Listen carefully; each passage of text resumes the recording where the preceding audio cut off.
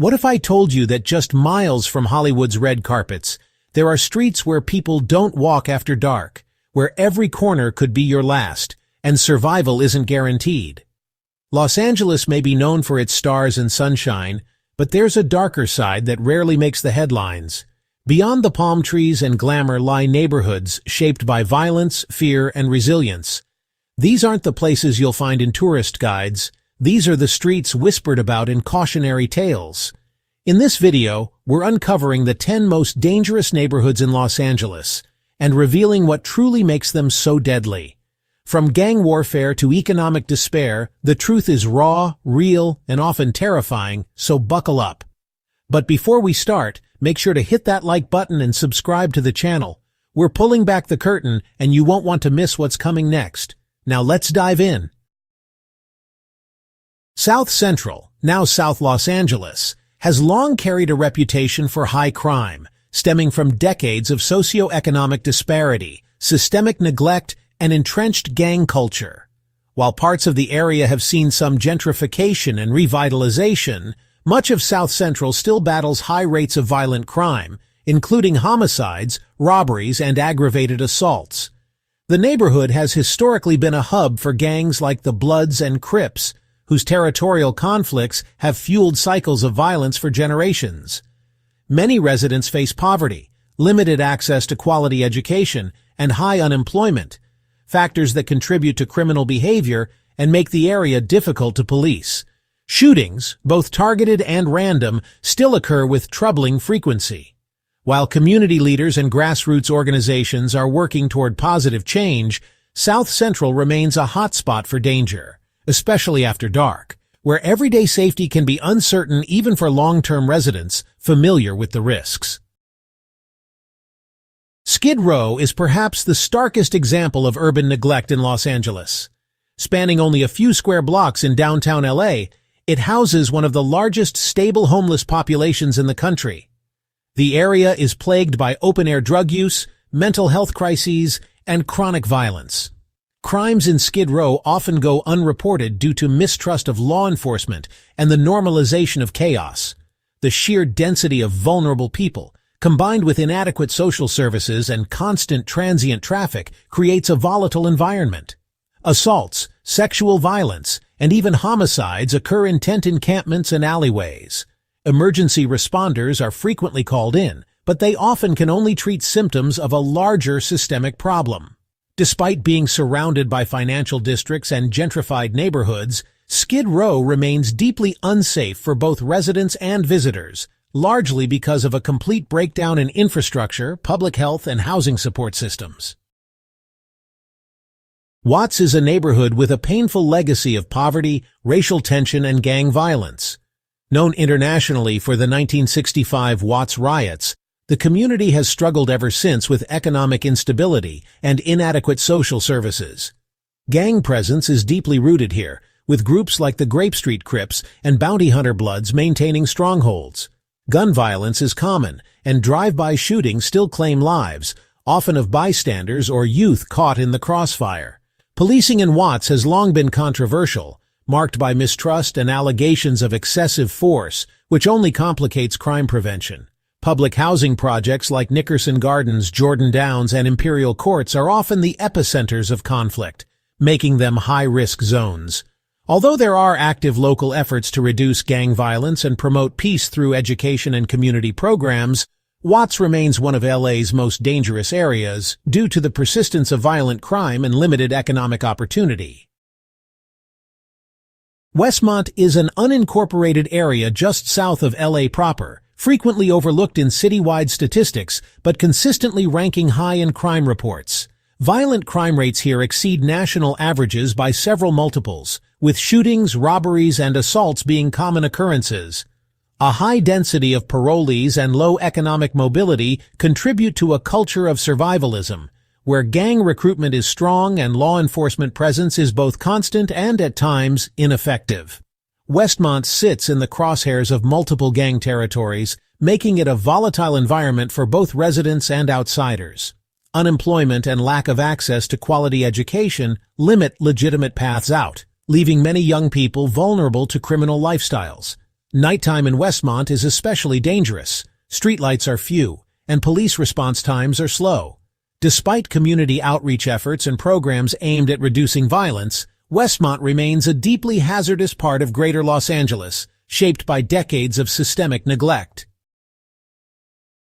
Florence-Firestone is another unincorporated community just southeast of downtown Los Angeles, notorious for its high rates of violent crime and gang activity. Situated between South Central and Watts, this neighborhood often becomes a battleground for rival gang factions, leading to frequent shootings, stabbings, and assaults. The presence of groups like the Florence-Firestone gang has contributed to the area's dangerous reputation, particularly with its involvement in drug trafficking, extortion, and turf wars. Residents often report feeling trapped between gang pressure and lackluster law enforcement protection. The area also suffers from a lack of public investment, with rundown infrastructure, limited job opportunities, and underfunded schools all fueling cycles of poverty and crime. Young people are especially at risk, with few safe recreational or educational spaces to deter them from gang influence. Florence-Firestone remains one of LA's most dangerous zones, where even routine daily activities carry elevated risk due to persistent violence. We're about halfway through this chilling tour of LA's most dangerous places, but now, I want to hear from you. Have you ever been to any of these neighborhoods? Do you agree with what you've seen so far, or do you think we missed one that should have made the list? Drop your thoughts in the comments. I read every one. And if you're into this kind of content, don't forget to like the video. It really helps more people find it. While you're at it, hit that subscribe button and ring the bell so you don't miss the next episode. We've got some wild stories coming your way, and trust me, you'll want to be here when they drop. Compton, while no longer the homicide capital it was in the 1990s, still battles a deeply ingrained culture of violence and gang activity. Though technically its own city, Compton is part of the broader Los Angeles metro area and shares many of its systemic problems. The neighborhood is home to various blood and crip sets, and despite some community revitalization, violent crime remains a serious issue. Drive-by shootings, gang retaliation, and robberies are still common, and murder rates, while lower than past decades, continue to outpace national averages. Poverty, failing schools, and a lack of upward mobility make young residents particularly vulnerable to recruitment by gangs. Police corruption and brutality scandals have historically damaged community trust, complicating crime reduction efforts. Despite some improvements, including a drop in overall crime since its peak, Compton remains a dangerous place, especially in pockets that haven't benefited from redevelopment or outside investment. Boyle Heights, located just east of downtown LA, combines cultural richness with a troubling history of gang violence and street crime. Known for its strong Chicano identity, the neighborhood has also long been the battleground for turf wars between Latino gangs like White Fence, Maravilla, and East Side 13. While gentrification has begun to alter parts of the area, crime remains a persistent issue. Shootings, assaults, and drug-related violence often spike in certain corridors, particularly near public housing and transit hubs. The heavy gang presence, combined with economic hardship and high-density housing, creates conditions ripe for criminal activity. Although community organizations have pushed for youth outreach and better policing, the struggle between revitalization and retention of gang dominance continues. Law enforcement efforts are sometimes met with resistance from residents wary of racial profiling. For now, Boyle Heights remains a neighborhood with strong identity, but considerable danger embedded in daily life. Westlake, a densely packed neighborhood just west of downtown Los Angeles, has one of the highest crime rates per capita in the city.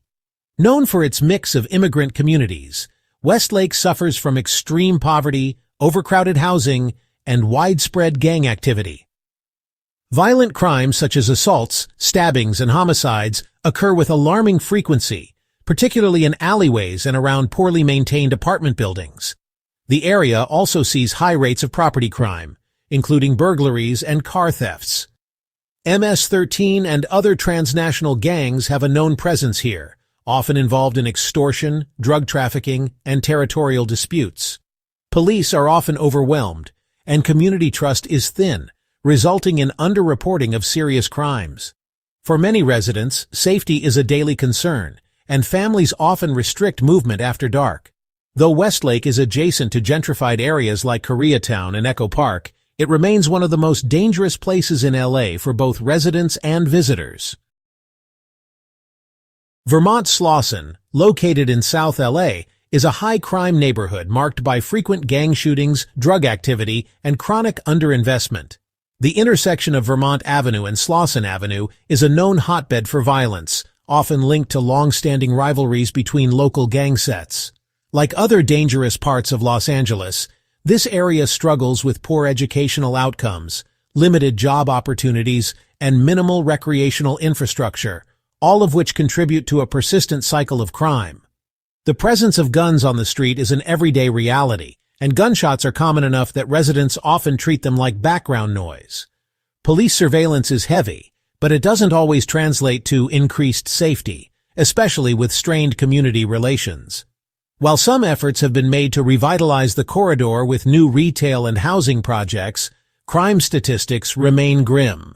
Vermont-Slauson continues to be a zone where danger is not an exception, but a constant. Hyde Park, a residential neighborhood in South Los Angeles, may appear quieter than others on this list, but it harbors significant levels of violent crime. Known for its mix of single-family homes and low-income apartments, Hyde Park sits at the intersection of several gang territories, making it a frequent site of turf disputes and retaliatory violence. Homicides, drive-by shootings, and assaults are not uncommon, especially in and around certain blocks known to law enforcement. While it has seen some signs of gentrification and rising property values, many parts of Hyde Park remain economically depressed, with limited access to quality education and employment. Gang recruitment among youth is still prevalent, and mistrust of the police hampers intervention efforts. Community groups are active here, but progress is slow, and residents still live with a high level of caution. Despite its relatively small size, Hyde Park ranks among LA's most dangerous areas. LA is a city of extremes, a place where wealth and poverty often share the same block, and where beauty and brutality coexist in uncomfortable silence. These neighborhoods aren't just statistics, they're lived experiences, layered with history, hardship, and resilience. Whether you're from Los Angeles or 1,000 miles away, understanding these places gives you a fuller picture of what this city really is. If this video opened your eyes or kept you on the edge of your seat, give it a thumbs up and share it with someone who needs to see the truth behind the glamour. And if you haven't already, hit subscribe. We've got more stories from America's most intense cities coming soon. Until next time, stay safe, stay curious, and never stop looking beneath the surface.